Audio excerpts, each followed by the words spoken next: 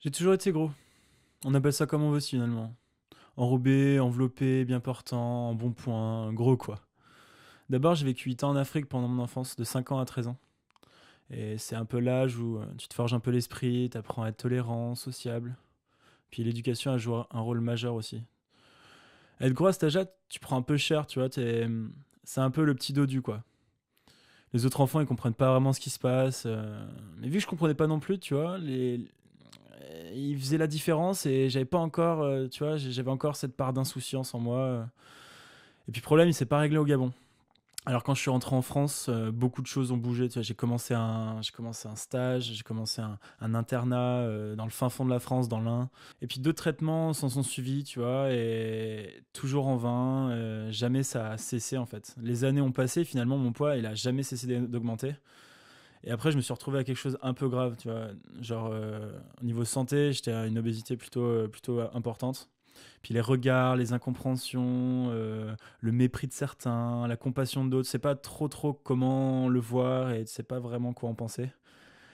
Et puis toutes les années passées à s'entendre répéter, il y aura bien un jour où le déclic va se pointer, la motive va venir, tout ça.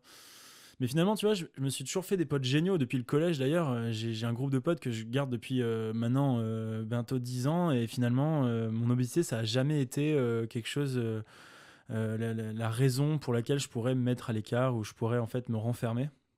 Et dans tout ça, j'ai fait le maximum pour montrer qu'on peut vraiment être bien dans sa peau, même avec 40 kilos de pro, voire 50. Enfin, c'est vraiment une question de mental.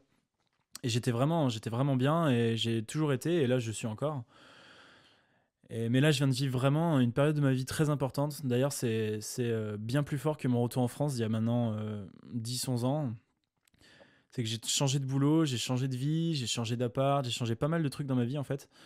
J'ai commencé la restauration et le déclic est arrivé vraiment petit à petit. Il n'est pas arrivé d'un coup, genre je me suis pas réveillé un jour en mode le déclic m'a frappé dans la nuit. C'est vraiment petit à petit en fait, plus tu perds et plus tu te dis, bah en fait ça marche. Et en fait, je vais bientôt peut-être continuer. Et plus tu continues, plus tu te dis, bah en fait le déclic est vraiment arrivé. Et au début du mois d'août 2014, je faisais quand même 150 kilos, enfin presque 150. Et j'en fais aujourd'hui 116. Et je me compte pas m'arrêter vraiment en fait. 34 kilos de perdu, je me sens vraiment revié, je reconstruis un peu mon mental, je reconstruis voilà, ma confiance en moi, les choses viennent, sont fluides, sont vraiment palpables, c'est vraiment agréable.